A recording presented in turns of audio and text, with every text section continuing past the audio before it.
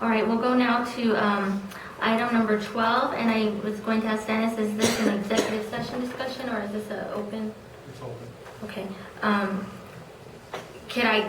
going to step away for just 1 minute and then I'll be right back because I have a family thing going on, but it's very important to me. So if you guys want to go to, could you want to take a 2-minute break, or you guys want to move forward on item number 14? You can handle that while I step out.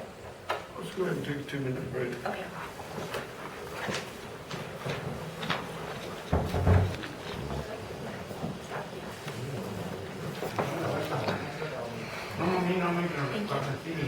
We're going to go, just make a quick change on the agenda just to go to item 13 so that our local reporter will be able to get back to the office and include this in his report. So we're going to go to award the bid for the Mountain Air Health Center expansion project, and then Valerie will go right to you. And I've said, no, we are not moving forward. And just recently we found out we don't have the funds to move forward. But this is the kind of pushback that I keep having when I'm trying to run my department. I think that's the hard thing, is because when you start the process and we put that ad in the paper, we have to follow through with that ad in the paper. So we still have to do the process of those 4 people who did take the time to put in that application and hear them. That's why we needed to go forward, because we have a process that we have to follow, whether a job is available or not. Well, if I'm No, we can remembering always- correctly, you did come before us, and we're very happy to have told us that there was money for another person. Am I mixing 2 different times that you came before us and it's not the same position? There are 2 different ones. I have the letter from August 22nd that was presented to you by HR. Well, if it's a budget issue and we can't do it, then we can't do it. But don't we Really? still have to go through that Make a process? comment, I agree, and in the meeting, we did say, we agreed, if there's no money for this, this is a moot point. But Ms. Arevalo wanted to come and ask the commission what the roles were and responsibilities of our office in this process, and what her roles and responsibilities were. So I don't know, in my opinion, if there's no money for the position, then there's no reason to interview. But I don't do HR, and I'm not the commission making that decision. But I think what she wanted was some direction from you guys as to how to deal with us. Well, and I think it was clarified that, you know, you're being treated as a department head, as other department heads are treated. And, you know, I think that, you know, simplifying the qualifications still would not disqualify anybody that you may or may not have had in mind. So, you know, it's, to me, the simplifying might have given you more choices, you know, to interview. But it still would have given you the same people that you may or may not have wanted to. I appreciate The manager and the HR are agents of this commission. And by all means, you have the right to stand up. I'm saying that what I'm hearing is that, you know, the process was probably, you may not have agreed, but the process is not anything that we do different with another department head. All right, then I'll be very specific. When I provide the qualifications for a job position, as I did for the home visitors that we're getting ready to interview, what I submitted in its entirety was put into the paper. It wasn't altered in any way. What I submitted for this other position, which is kind of a moot point, I'm just saying that this is the pushback I get, was altered, and I was not given the respect of that being shown to me. The other issue I have is TCPO was put on the agenda for executive, to go before the executive committee. Was it last week? I was not informed. I made a call on Friday to Joy, and I said, Joy, I see I'm on the TCPO's on the agenda. Do I need to be there? And she told me, no, they're just going to talk to them about and let them know that we're not going to go forward with that DB position. Actually, that's not what I said. What I told you was, I think that it's your program, and if you want to be there, you're absolutely welcome to be. I don't think it's necessary that you be there, because we need some clarification on how to move forward with the interview process, is, I believe, exactly what I told you. We have a different view of that conversation. Okay. And I have a question regarding budget. And when we initially started this process, it was, they had additional monies in their budget. We talked to her about it, asked Ms. Arevalo to talk to Tracy, let's see what's going on with your budget. And she says, okay, they don't have it in the budget. When I spoke to Tracy Cedillo about it, she stated there wasn't any money in the budget in the first place, and that they were still needing to discuss it because she wasn't sure where the original money has come from. And moving forward, if we're going to do the home visiting interviews as well, because those will also be your appointments, I want to assure that money is there prior to us doing interviews for those as well. The county manager has already seen the contracts, so has the attorney. The money and the contracts are available to us for the home visiting. It's $100,000. But it's not in the budget yet. I've spoken to Tracy, and we're in the process of discussing how that will be put into the budget. I think I have a question maybe for you, Dennis, since going back to kind of reflecting what Annette asked earlier. She asked about a quasi-department. If it's a quasi-county department, I don't understand the definition, because I have a lot of grant-funded departments in the county, and we've never considered them quasi-county departments. Well, yeah, that's not a term that's familiar to me either. I think they're a county department, okay, just like every other county department. And I think where maybe some of the disconnect is hiring public employees is not like hiring a private employee. You don't get to hire who you want. So you've got to be objective, and you've got to go through a process.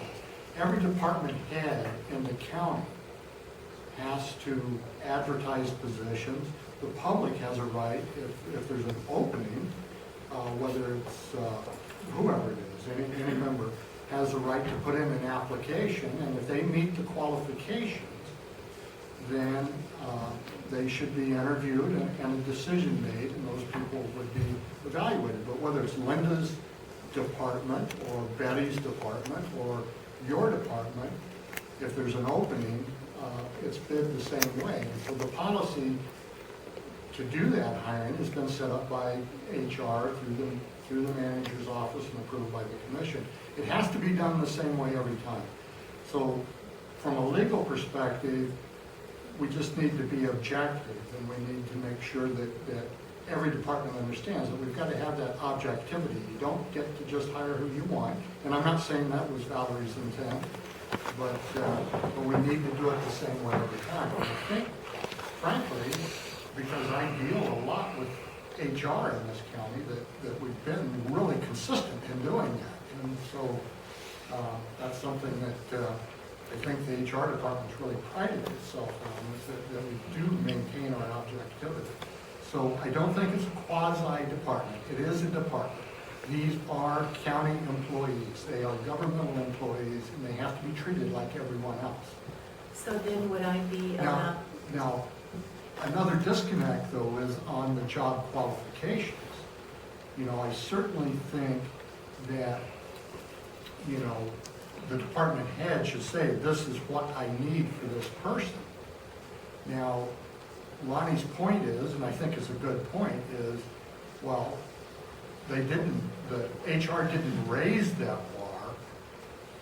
If anything, they lowered it. You got a broader pool, but anybody with 3 years of experience could have applied and been considered for the job. So I guess I just don't understand what that problem is. I mean, it seems to me like the bar wasn't raised to a point that you wouldn't get any applicants. I mean, frankly, it No, sounds I like appreciate the person missed the deadline to apply. So And just, I don't want to take any more than the commission's time, but I do need you to understand, this is not about me making a position for an individual. It has been construed to be that. It has been directed to be that. I've been basically told that that's what I'm doing when I've repeatedly said no. And I have all the paperwork and everything to show what it was I was trying to do. What I need to know is when I submit qualifications, can I expect that those will be the qualifications that will show up in the newspaper? And if there is a need to alter those, would it please be, is there just the respect to show that to me before you do it? And that was discussed in a meeting between both Ms. Arevalo and myself on several occasions that our schedules didn't meet up. I had a huge push from her to get it in the paper. I changed it. I emailed her. I let her know the changes, and she was quite upset nor respectful in the email that I received back. So we just need direction. If they're a county department, do we follow the policies that have been in place? And I think her question is, am I able to change those things?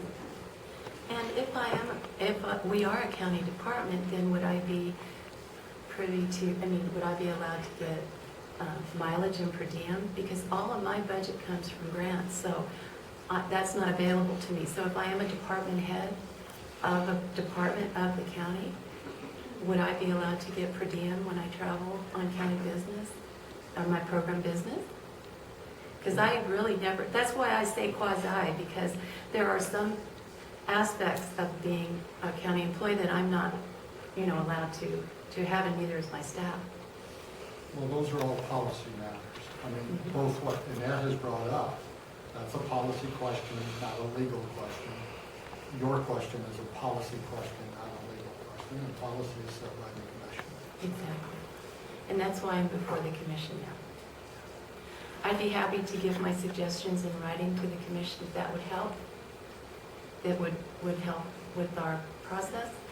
I have no problem with the hiring process as it stands, other than I do think the hot seat type of interviewing is not very appropriate. I've never been interviewed like that anywhere.